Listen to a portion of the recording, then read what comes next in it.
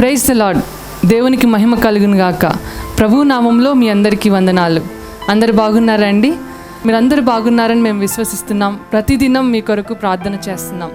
ఈ సమయంలో దేవుని వాక్యం వినడానికి మనమందరం మన హృదయాలను సిద్ధపరచుకుందాం. షకీనా మినిస్ట్రీ సంఘ కాపరి పాస్టర్ జి విజయ్ కుమార్ గారు ఈ సమయంలో మనకు వాక్య సందేశాన్ని అందిస్తారు. మనమందరం ప్రార్థనాపూర్వకంగా ఏకీభవించి దేవుని దీవెనలు పొందుదాము.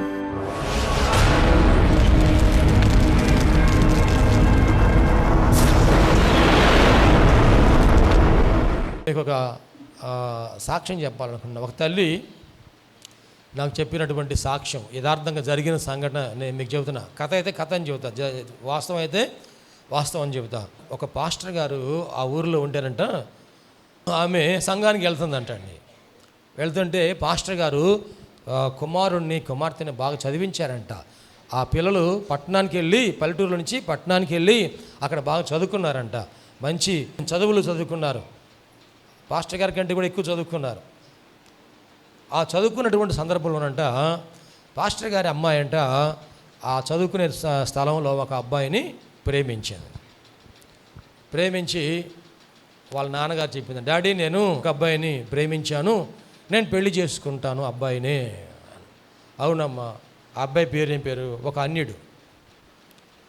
అన్యుడు అతన్ని వివాహం చేసుకుంటాను అంటే పాస్టర్ గారు చెప్పారంట, అమ్మ అన్యులతో మనకు బియ్యం అందుకోకూడదు, ఇది మనకు వాక్యానికి వ్యతిరేకము, మనం ఇది చేయకూడదమ్మా, ఇది మనకు మేలు కాదు, మనకు కీడు జరిగిద్ది, దీన్ని అంగీకరించకూడదు మనము.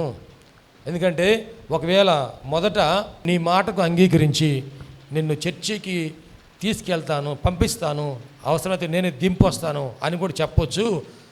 ఆ తర్వాత వివాహం అయిన తర్వాత అభిప్రాయాలు మారొచ్చు, ఆలోచనలు మారొచ్చు. కాబట్టి ఇది మంచిది కాదమ్మా అన్నాడు. అంటే కాదు, నేను అతన్నే చేసుకోవాలి, నా మనసు ఇచ్చేసాను, ఇక నా మనసు నా మాట. కొన్ని డైలాగ్ మీరు చెప్పుకోండి, నా మాటే నా మనసు నా మాట ఏదో ఒకటే వినటం లేదు, నా పరిస్థితి చేయి దారిపోయింది డాడీ కదా. కొన్ని మాటలు ఇలాగే చెప్తూ ఉంటారు. అప్పుడు తండ్రి అన్నాడంట, నీ ఇష్టం అమ్మ, చెప్పాల్సిన ధర్మం నాది, నేను చెప్పాను, వివాహం చేసుకున్నాను. వెళ్ళిపోయింది, పెళ్ళి అయిపోయింది, పిల్లలు పుట్టారు. మ్యారేజ్ అయిన దగ్గర నుండి అబ్బాయి అంటున్నాడంట, నువ్వు చర్చికి వెళ్తున్నావు, నేను ఒక్కడనే గుడికి వెళ్తున్నాను. మా గుడిలోకి వెళ్ళంగానే మా దేవుడు ఆయన భార్య ఇద్దరు పక్కనే ఉన్నారు.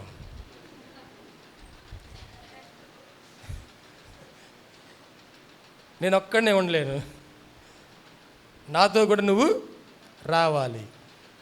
ఎక్కడికి? అక్కడ ఇద్దరు ఉన్నారు, మన ఇద్దరు ఉండాలి. మనకేమేస్తారు? అక్షంతలు వేస్తారు. నువ్వు రాకపోతే మాత్రం బాగోదు. ముందు మర్యాద చెప్పాడు, తర్వాత రాకపోతే మాత్రం బాగోదు. ఇప్పుడు నీ కోసం మీ అమ్మ రావట్లేదు, మీ నాన్న రావట్లేదు, మీ బంధువులు ఎవరు రావట్లేదు, ఎందుకంటే మనం విగ్రహారాధన చేస్తున్నామని చెప్పేసి, వాళ్ళేమో మీ దేవుడు వేరు, మా దేవుడు వేరు అని చెప్పేసి. తప్పనిసరిగా వస్తావా రావా? వస్తే నాతో పాటు, లేకపోతే వెళ్ళిపో. ఇప్పుడు ఆలోచన చేస్తుందంట, ప్రభువా, మనసులో ఏముండిద్ది? దేవుడు భయం ఉండేది ఎప్పుడో ఒకసారి. ప్రభువా, మా నాన్న చెప్పాడు కానీ నేను వినలేదు, మా నాన్నే అనుకున్నాను కానీ పాస్టర్ గారు అనుకోలేదు, పాస్టర్ గారు చెప్పినా వినలేదు, పెద్దలు చెప్పినా వినలేదు, స్నేహితులు చెప్పినా వినలేదు, విశ్వాసులు చెప్పినా వినలేదు. విశ్వాసులు అందరూ ఆ టైంలో పిశాచుల్లా కనపడ్డారు. ఇప్పుడేమో ఇక్కడ నేను పిశాచిని అయిపోయాను. ప్రభువా, నేనేం చేయాలయ్యా? ఇప్పుడు ఇంటికి వెళ్ళాలంటే ఏ మొహం పెట్టుకొని వెళ్ళాలి? నన్ను అంగీకరిస్తారా? అంగీకరించరు. సరే నన్ను క్షమించు ప్రభు, ఆయనతో పాటు నేను గుడికి వెళ్తున్నానయ్యా అని వెళ్ళిపోయాను.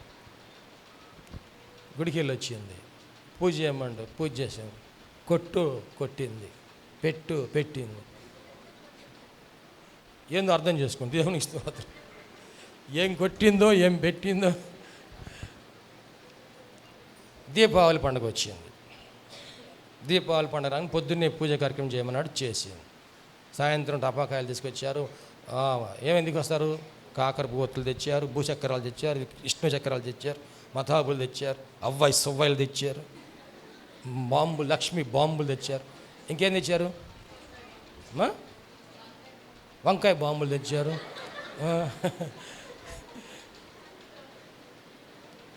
అన్నీ తెచ్చారు. పండగ కాబట్టి నీకు సిల్క్ చీర తెచ్చానన్నాడు. ఈ చీర కట్టుకోవాలన్నాడు. సిల్క్ చీర కట్టుకుంది, వచ్చింది, అన్నీ ముట్టిస్తూ ఉన్నారు. ఆ ముట్టించినప్పుడు అభయస్వామి అటేస్తే అది ఇటు వచ్చింది. అభయస్వామి అటేస్తే అది ఇటు వచ్చింది. ఎక్కడికి వచ్చింది? సిల్క్ చీరలోకి వచ్చింది. ఆ చీర అంటుకుందండి. చీర అంటుకుంది. ఈ సిల్క్ చీర త్వరగా కాలిపోతాం. అంతే, ఒక్కసారిగా పరిస్థితి, వాతావరణం అంతా మారిపోయింది. ఆ చీర అంతా, శరీరం అంతా కూడా తీసుకునే టైం కూడాను లేకపోయింది. ఆ చీర కాలిపోయింది, శరీరం అంతా కాలిపోయింది. హడావుడికి అప్పుడప్పుడు హాస్పిటల్ తీసుకెళ్ళారు.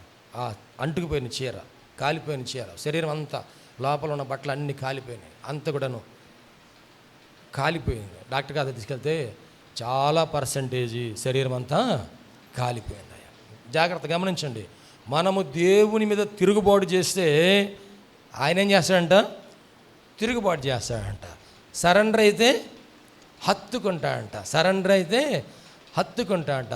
అబ్రహాము దేవుని ఎదుట ఏం చేశాడంటండి? సాగిలపడ్డాడు. అంటే అర్థం ఏంటంటే సంపూర్ణంగా సమర్పణ చేసుకున్నాడు. నీవు నిశ్చయముగా నన్ను ఆశీర్వదించాలి అని ఎవరైతే కోరుకుంటున్నారో సంపూర్ణముగా దేవునికి సమర్పణ చేసుకుంటే ఆయన కూడా సంపూర్ణముగా సమృద్ధిగా ఆశీర్వదించునుగాక. ఆమేన్. దేవునికి మహిమ కలుగునుగాక. ఆదికాండం 12వ అధ్యాయం 1వ వచనం చదివినట్లయితే, యెహోవా నీవు లేచి అబ్రహామా నీవు లేచి నీ దేశం నుండి నీ దేశము నుండి నీ బంధువుల నీ తండ్రి ఇంటి నుండి బయలుదేరి నేను నీకు చూపించు దేశమునకు వెళ్ళుము. నిన్ను గొప్ప జనముగా చేసి నిన్ను ఆశీర్వదించి నీ నామమును గొప్ప చేయుదును. నీవు ఆశీర్వాదముగా నుందువు. నిన్ను ఆశీర్వదించు వారిని నేను ఆశీర్వదించెదను. నిన్ను దూషించు వారిని నేను శపించెదను. భూమి యొక్క సమస్త వంశములు నీ యందు ఆశీర్వదించబడునని అబ్రాహాముతో అనగా యెహోవా అతనితో చెప్పిన ప్రకారము అబ్రాము వెళ్ళెను. దేవునికి మహిమ కలుగును గాక. చూడండి, దేవుడు అబ్రహాముకి ఎటువంటి ఆశీర్వాదం ఇచ్చాడో ఆ ఆశీర్వాదమును నెరవేర్చమని ఆయన దేవుని సన్నిధిలో పట్టుబట్టి ప్రార్థన చేశాడు. దేవునికి మహిమ కలుగును గాక. నీవు నిశ్చయముగా నన్ను ఆశీర్వదించు. ఆదికాండం 28వ అధ్యాయంలో కూడా యాకోబు ప్రార్థన చేశాడు. చూడండి, ఆదికాండము 28వ అధ్యాయము 14వ వచనం చూడండి. 14వ వచనం నుండి, సంతానము భూమి మీద లెక్కకు ఇసుక రేణువుల వలె అగును. దేవుడు యాకోబుని ఏమంటున్నాడంటే, నీ సంతానము భూమి మీద లెక్కకు ఇసుక రేణువుల వలె అగును. నీవు పడమటి తట్టును, తూర్పు తట్టును, ఉత్తరము తట్టును, దక్షిణపు తట్టును వ్యాపించెదవు. భూమి యొక్క వంశములన్నీ నీ మూలముగా నీ సంతానము ఆశీర్వదింపబడును. ఇదిగో నేను నీకు తోడయుండి నీవు వెళ్ళు ప్రతి స్థలమందు నిన్ను కాపాడుచు ఈ దేశం నిన్ను మరలా రప్పించెదను. నేను నీతో చెప్పునది నెరవేర్చు వరకు నిన్ను విడువనని చెప్పగా, నేను నీతో చెప్పునది నెరవేర్చు వరకు నిన్ను విడువనని యాకోబుతో చెప్పెను. దేవునికి మహిమ కలుగును గాక. హల్లెలూయా. 20వ వచనం చూడండి. అప్పుడు యాకోబు, నేను తిరిగి నా తండ్రి ఇంటికి క్షేమముగా వచ్చునట్లు దేవుడు నాకు తోడయ్యుండి నేను వెళ్ళుచున్న ఈ మార్గములు నన్ను కాపాడి తినుటకు ఆహారమును ధరించుకున్నటకు వస్త్రములను నాకు దయచేసిన ఎడల యెహోవా నాకు దేవుడయ్యుండును. మరియు స్తంభముగా నేను నిలిపిన ఈ రాయి దేవుని మందిరమగును.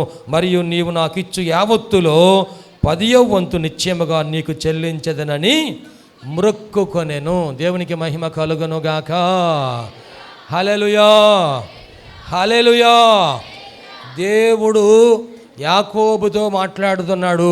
నేను నీకు ఏం వాగ్దానం చేశాను? ఏమేం చెప్పాడంటే యాకోబుకి, యాకోబుకి ఇదిగో అబ్రహాముతో చేసిన నిబంధన, ఇస్సాకుతో చేసిన నిబంధన నేను నెరవేరుస్తాను.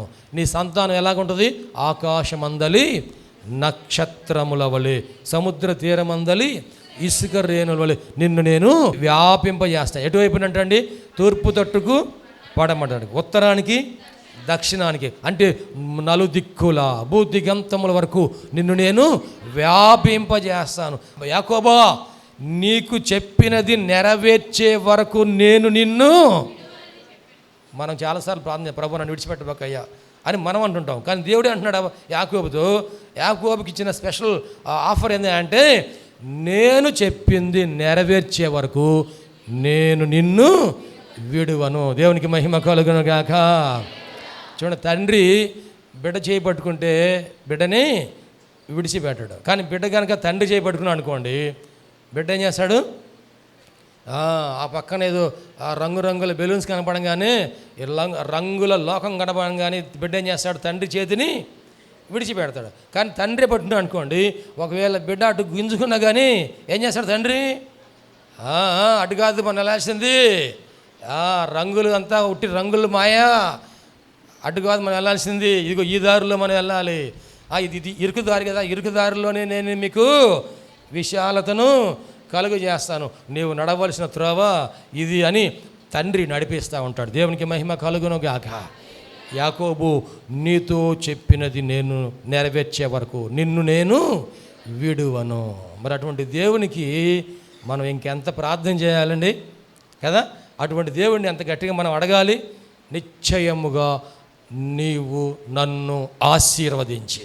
రాత్రంతా ప్రార్థన చేసినప్పుడు యాకోబు అన్నాడు ఒకటే మాట, నన్ను విడిచిపెట్టాయా యాకోబు అంటున్నాడు దేవుడు. కానీ యాకోబు ఏమంటున్నాడు? నీవు నన్ను ఆశీర్వదించితేనే కానీ నేను నిన్ను విడువను. దేవునికి స్తోత్రం, హల్లెలూయా. అటువంటి ప్రార్థన మనము దేవుని సన్నిధిలో చేసినప్పుడు ఆయన తప్పనిసరిగా మనను ఆశీర్వదించే దేవుడై ఉన్నాడు. దేవునికి స్తోత్రం. యాకోబు కన్నీళ్లతో మొరపెట్టాడు, బతిమలాడాడు, గోజాడాడు. ఇంకా ఆయన గురించి ఏం రాబడిందంటే, మగసిరి కలిగి పోరాడాడు. దేవునికి మహిమ కలుగును గాక. దేవుడే అన్నాడు, నువ్వు మనుషులతోనూ దేవునితోనూ పోరాడి గెలిచితివి. దేవునికి మహిమ కలుగును గాక. మనం నెక్స్ట్ అంశంలోకి వెళ్దాం. నెక్స్ట్ అంశం ఏంటి? నీవు నా సరిహద్దులను విశాలపరచి, నీవు నా సరిహద్దులను విశాలపరచు. యాకోబుతో దేవుడు అన్నాడు, తూర్పు తట్టుకి, పడమటి తట్టుకి, ఉత్తరముకి, దక్షిణముకి నీవు వ్యాపిస్తావు, విశాలపరచబడతావు. దేవునికి మహిమ కలుగును గాక. దేవుడు నీ సరిహద్దులను విశాలపరచాలని కోరుకుంటున్నాడండి. మన సరిహద్దులు విశాలపరచబడాలంటే మొట్టమొదట మనము 119వ కీర్తన 32వ వచనం చదువుకుందాం. 119వ కీర్తన 32వ వచనం. నా హృదయమును నీవు విశాలపరచినప్పుడు. ఏంటమ్మా? నా హృదయమును నీవు విశాలపరచినప్పుడు. నా హృదయమును నీవు విశాలపరచినప్పుడు నేను నీ ఆజ్ఞల మార్గమున పరుగెత్తెదను. నేను నీ ఆజ్ఞల మార్గమున పరుగెత్తెదను. ప్రియదేవులారా, నీ జీవితంలో ఇదిగో నీ దర్శనాన్ని దేవుడు విశాలపరచాలి అంటే, నీ సరిహద్దులను దేవుడు విశాలపరచాలి అంటే, నీ కుటుంబాన్ని దేవుడు విశాలపరచాలి అంటే, నీ బిడ్డల జీవితాలను, వారి భవిష్యత్తును దేవుడు ఆశీర్వదించాలి అంటే, మొట్టమొదట మనము దేవుని సన్నిధిలో ఇదిగో ఈ ప్రార్థన చేయాలి. ప్రభువా, నా హృదయమును విశాలపరచు నాయన, నా హృదయమును విశాలపరచు. విశాలపరచబడిన హృదయం అంటే దేవుని ప్రేమ కలిగిన హృదయం. దేవునికి మహిమ కలుగును గాక. మనం మనుషుల ప్రేమతో ప్రేమిస్తామండి కదా. మనుషుల ప్రేమకు పరిమితి ఉంది, లిమిట్ ఉంది. దేవుని ప్రేమకు పరిమితి లేదు. అది ఎటువంటి ప్రేమ? అపరిమితమైన ప్రేమ. మన ప్రేమకి లిమిట్ ఉంది, కానీ దేవుని ప్రేమ మనది లిమిటెడ్, ఆయన ప్రేమ అన్లిమిటెడ్. దేవునికి స్తోత్రం అండి, హల్లెలూయా. కొరింథీయులు రాసిన 2వ పత్రికలో సంఘాన్ని హెచ్చరిస్తూ 6వ అధ్యాయం 11వ వచనంలో, ఓ కొరింథీయులారా, అరమర లేకుండా మీతో మాట్లాడుచున్నాను. మా హృదయం విశాలపరచబడి ఉన్నది. మీ ఎడల మా అంతఃకరణము సంకుచితమై ఉండలేదు గాని మీ అంతఃకరణమే సంకుచితమై ఉన్నది. మీ ఎడల మాకున్న అంతఃకరణమునకు ప్రతిఫలముగా మీరును మీ హృదయములను విశాలపరచుకొనుడి. నా పిల్లలని మీతో ఇలాగున చెప్పుచున్నాను. దేవునికి స్తోత్రాలు చేద్దామండి. మీ హృదయాలు ఎలాగుండాలి కొరింథీయులారా? సంకుచితంగా ఉన్నాయి. మీ ఆలోచనలు సంకుచితంగా ఉన్నాయి. మీ మనస్సులు సంకుచితంగా ఉన్నాయి. మీ హృదయములను విశాలపరచుకొనండి. ఇదిగో మీ ఎడల మా హృదయాలు విశాలపరచబడి ఉన్నాయి, కానీ మా ఎడల మీ హృదయాలు విశాలపరచబడలేదు. విశాలపరచబడిన హృదయం అంటే అర్థం చేసుకునే హృదయం. దేవునికి స్తోత్రం అండి. విశాలపరచబడిన హృదయాలంటే భారం భరించే హృదయాలు. విశాలపరచబడిన హృదయాలు అంటే దేవుని ప్రేమతో నింపబడిన హృదయాలు. మనం కూడాను జాగ్రత్తగా వినండి, నా మాట జాగ్రత్తగా వినండి. మన కుటుంబంలో మనం ప్రభువుని నమ్ముకున్నామంటే మన హృదయాలు విశాలపరచబడి ఉండాలి. సంకుచితమైన స్వభావాలు కలిగి ఉండకూడదు. విశాలమైన హృదయం అంటే పెద్ద మనసు కలిగి ఉండాలి. మనం ఎటువంటి మనసు కలిగి ఉండాలండి? నీ వయసు చిన్నదైనా సరే నీ మనసు ఎలాగ ఉండాలి? పెద్ద మనసు ఉండాలి. ఒకవేళ నేను దూషించారా, దేవుడు క్షమిస్తాడులే, నేను క్షమిస్తున్నాను, దేవుడు నేను క్షమిస్తాడు అని పెద్ద మనసుతో ఏం చేయాలంటండి? మనం ఏం చేయాలంట? దూషణకు ప్రతి దూషణ చేయకూడదు, క్షమించేసా. ఎందుకంటే నేను కూడా తెలియనప్పుడు చాలామంది దూషించాను, కానీ దేవుడు నా హృదయాన్ని విశాలపరిచాడు. తల్లి ఏం చేసిందంటండి? బిడ్డలు చేసే తప్పులన్నీ కడుపులో దాచుకుంటుంది కదా. తల్లి బిడ్డల తప్పులన్నీ ఏం చేసిందండి? కడుపులో దాచుకుంటుంది. మా అబ్బాయి తప్పు చేసాడని చెప్పేది ఎవరైనా? ఏ తల్లైనా ఎవరైనా వచ్చి అమ్మ మీ అబ్బాయి చేస్తానంటే మా అబ్బాయి చేయడే వెంటనే అనేది ఏమనేది? మా అబ్బాయి అట్లాగా చేయడు, ఇలా చేశాడమ్మా, అసలు అటువంటి పొరపాటు ఎప్పుడు చేయడు. మా అబ్బాయి ఎటువంటి అంటున్నారు? అసలు వాళ్ళ నాన్నలు అంటాడు అసలు నిప్పు. మా అబ్బాయి అంటున్నాడు నిప్పు. పులి కడుపునా పులే పుట్టింది, నిప్పు అట మాట్లాడుతుంది. తప్పు నువ్వు చెప్పేది. దాచుకుంటుంది. ప్రేమ అనేక పాపాలను కప్పును. దేవునికి మహిమ కలుగును గాక. మనం కూడా మన కుటుంబ సభ్యులు, మన ఇంట్లో వాళ్ళు, మనకని పెద్దవాళ్ళు కావచ్చు, చిన్నవాళ్ళు కావచ్చు, మన చుట్టుపక్కలను అన్నదమ్ములు, అక్క చెల్లెలు, ఇరుగు పొరుగు వారు, స్నేహితులు ఒకవేళ తొందరపడి మాట్లాడినా సరే మనం ఏం చేయాలంట? దానిని వెంటనే సీరియస్గా చేయకూడదు, స్టేటస్లో పెట్టకూడదు. దాన్ని వెంటనే ఏం చేయాలి? దాన్ని వెంటనే ఓర్చుకోవాలి, సరి చేసుకోవాలి, మనం భరించుకోవాలి, చెప్పాలి. మనం ఎప్పుడైతే ఇటువంటి విశాలమైన హృదయం కలిగి ఉంటామో అనేక మందిని ప్రభు కొరకు మనం సంపాదించుకుంటాం. దేవునికి మహిమ కలుగును గాక. హల్లెలూయా. ఓ కొరింథీయులారా, అరామరా లేకుండా నీతో నేను మాట్లాడుతున్నాను. మీరు నా పిల్లలని మాట్లాడుతున్నాను. ఏమంటున్నానండి? మీరు నా పిల్లలని మాట్లాడుతున్నాను. మీ ఎడల మా హృదయాలు విశాలపరచబడి ఉన్నాయి, కానీ మా ఎడల మీ హృదయాలు విశాలపరచబడి లేవు. కొరింథీ సంఘంలో చాలా లోపాలు ఉన్నాయి. ఈ కొరింథీ సంఘాన్ని సరిచేయడానికి పౌలు గారు విశాలమైన మనసుతో ఆ తప్పులన్నీ కూడా వారికి చెప్పి, నచ్చజెప్పి, బుద్ధి చెప్పి వారిని సరిచేశాడు. దేవునికి స్తోత్రం అండి. హల్లెలూయా. నచ్చ చెప్పకపోతే, బుద్ధి చెప్పకపోతే సరెవరు కానీ తిరుగుబాటు వచ్చేసింది. మన కుటుంబంలో తిరుగుబాటు వచ్చేది, మన స్నేహితులతో తిరుగుబాటు వచ్చేది, మనం పనిచేసే స్థలంలో తిరుగుబాటు వచ్చేది. జాగ్రత్త. ఎక్కడున్నా సరే మన హృదయాలు విశాలపరచబడిన హృదయం కలిగి ఉంటే మనము అనేక మందిని దేవుని కొరకు సంపాదించుకుంటాం. దేవునికి స్తోత్రం అండి. ఒక్క ఆత్మను కూడా పోగొట్టుకోవద్దు. దేవునికి స్తోత్రం. ఒక్క బిడ్డను కూడా పోగొట్టుకోవద్దు. దేవునికి స్తోత్రం. ఒక్క స్నేహితుని కూడా కోల్పోవద్దండి. దేవునికి స్తోత్రం అండి. పోగొట్టుకోవడం సులభమే, కానీ సంపాదించుకోవాలంటే చాలా సంవత్సరాలు టైం పట్టింది. చాలా సంవత్సరాలు టైం పట్టింది. టైం విలువ మీరు గుర్తుంచుకోండి.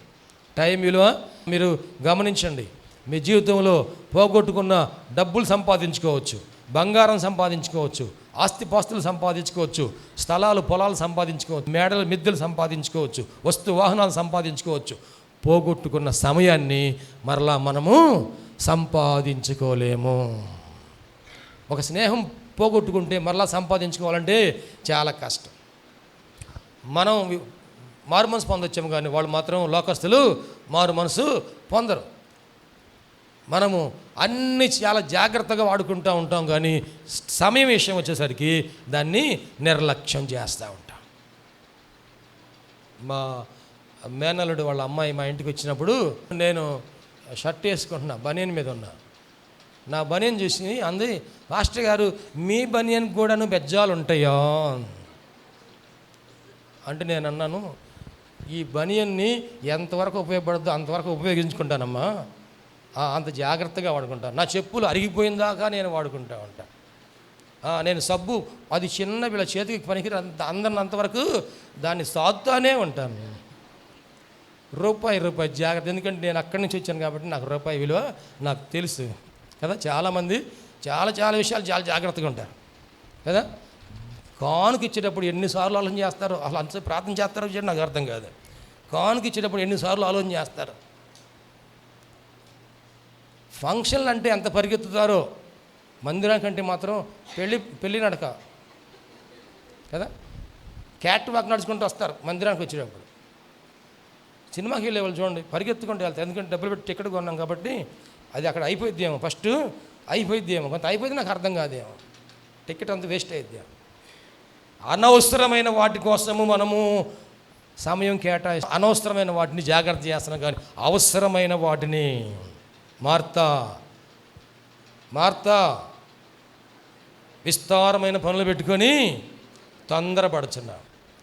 తొందరపడుతున్నావు.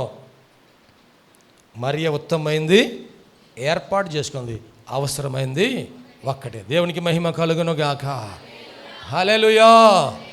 విశాలమైన హృదయం మనం కలిగి ఉన్నప్పుడు ఆయన మన సరిహద్దులను విశాలపరిచే దేవుడు.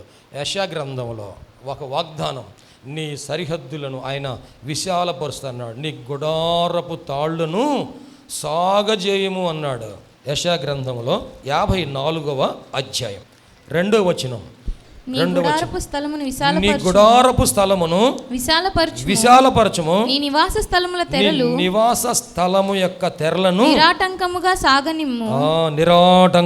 సాగనిమ్ము, నీ త్రాళ్లను పొడుగు చేయుము, నీ మేకులను దిగగొట్టుము, కుడివైపునకు ఎడమవైపునకు నీవు వ్యాపించెదవు, నీ సంతానము అన్యజనముల దేశమును స్వాధీనపరచుకొనును, పాడైన పట్టణములను నివాస స్థలములుగా చేయుము. దేవునికి మహిమ కలుగును గాక. హల్లెలూయా. నీ గుడారపు స్థలమును విశాలపరచము. నీ నివసించే స్థలము, నీవు పనిచేసే స్థలము, నీవు పండించే పొలము, నీవు ఉన్నటువంటి ఆఫీసు, నువ్వు ఉన్నటువంటి పని ఎక్కడ ఉందో, నువ్వేం చేస్తున్నావో నీ పని, దేవుడు ఏం చేస్తాడంట, దానిని విశాలపరుస్తాడు. దేవునికి మహిమ కలుగును గాక. 100 రూపాయలతో నువ్వు వ్యాపారం ప్రారంభించావేమో, దాన్ని ఏం చేస్తాడు దేవుడు, విశాలపరిచి 1000 రూపాయలకు నడిపిస్తాడు. 1000 రూపాయలకు వెళ్ళిన దాన్ని ఆయన ఆగడంట, ఇంకా దాని తాళ్లను సాగజేయము అన్నాడు. గుడారము పెద్ద చేయాలంటే దాని తాళ్ళు ఇంకా పొడుగు పెంచాలి. అది 1000 రూపాయలది 1,00,000 రూపాయలకి దేవుడు నడిపిస్తాడు. 1,00,000 రూపాయలు దాన్ని ఏం చేస్తాడు, కోట్ల రూపాయలకి దేవుడు నడిపిస్తాడు. దేవునికి మహిమ కలుగును గాక. హల్లెలూయా. ఆయన నీ సరిహద్దులను విశాలపరచును గాక. నీ కుటుంబంలో నువ్వు ఏమేమి ప్రయత్నాలు చేస్తున్నావో, నీ ప్రయత్నంలో నేను సఫలపరిచి ఆ కార్యములను నెరవేర్చి ఆయన ఆ వాగ్దానమును విశాలపరచును గాక. మన జీవితాలను దేవుడు అలాగ విశాలపరచాలని కోరుకుంటున్నాడు. ఎబ్బేజు, ప్రభువా ఇదిగో నా సరిహద్దును విశాలపరిచాయ, నా సరిహద్దును విశాలపరిచాయ. ఇదిగో నాది చిన్న కుటుంబం నాయన, నన్ను అభివృద్ధి పరిచాయ. నాది చిన్న వ్యాపారం ప్రభా, అభివృద్ధి పరిచాయ. నాది చిన్న ఉద్యోగం నాయన, అభివృద్ధి పరచు ప్రభా. దేవుడు దానిని అభివృద్ధి పరుస్తాడు, ఆశీర్వదిస్తాడు. దేవునికి మహిమ కలుగును గాక. హల్లెలూయా.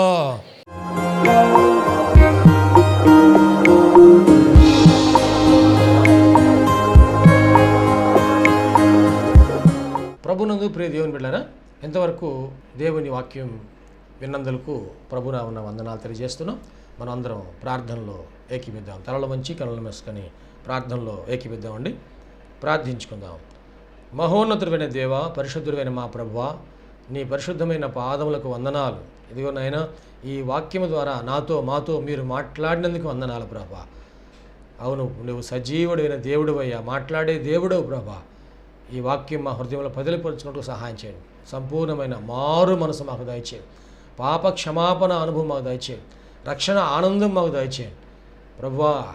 ఈ అనారోగ్యములు, బలహీనతలు, సమస్యలు, శోధనలు, సైతాను ఆటంకాలు అన్నీ కూడా యేసుక్రీస్తు నామములో తొలగించండి నాయన. పరిశుద్ధాత్మ దేవ, మీ కార్యం జరిగించండి అయ్యా. మీరు మాకు తోడుగా ఉండి దీవించండి. మమ్మల్ని, మా కుటుంబం జ్ఞాపకం చేసుకోండి. మా బిడ్డలు మీరు ఆశీర్వదించండి ప్రభువా. మా కుటుంబంలో రక్షణ ఆనందం సంపూర్ణంగా దయచేయండి. ఎటువంటి అవసరాలని మీకు తెలుసునైనా ప్రతి అవసరతలో కూడా మాకు సహాయం దయచేయండి. అన్ని విషయాలు కూడా మీరు దీవించండి. ఈ టీవీ ప్రోగ్రాం చూసిన ప్రతి ఒక్కరిని పేరు వరుసన మీరు దీవించి రక్షించి మీరు అక్కడ కొరకు సిద్ధపరచండి. మంచి భవిష్యత్తును వారికి దయచేసి మీ కృపలో మీరు వర్ధలు చేయమని నీకే సమర్పణ చేసుకుంటూ యేసయ్య పరిశుద్ధ నామములో స్తుతించి ప్రార్థించి వేడుకుంటున్నాము తండ్రి. ఆమెన్. తండ్రి, కుమార, పరిశుద్ధాత్మ త్రియేక దేవుని దీవెన తోడుగా నడిపించను గాక. Amen, amen, amen. మీ అందరికీ ప్రభునామన వందనాలు. దేవుడు మిమ్మల్ని దీవించను గాక. ఆమెన్. ప్రభునందు ప్రియమైన సహోదరి సహోదరులందరికీ షకీనా ప్రార్థనా మందిరం తరపున హృదయపూర్వక వందనాలు తెలియజేస్తున్నాం.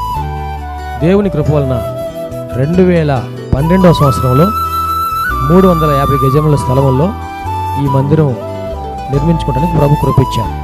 2016వ సంవత్సరంలో నూతన స్థలం 180 గజముల స్థలం తీసుకోవడానికి ప్రభు సహాయం చేశారు.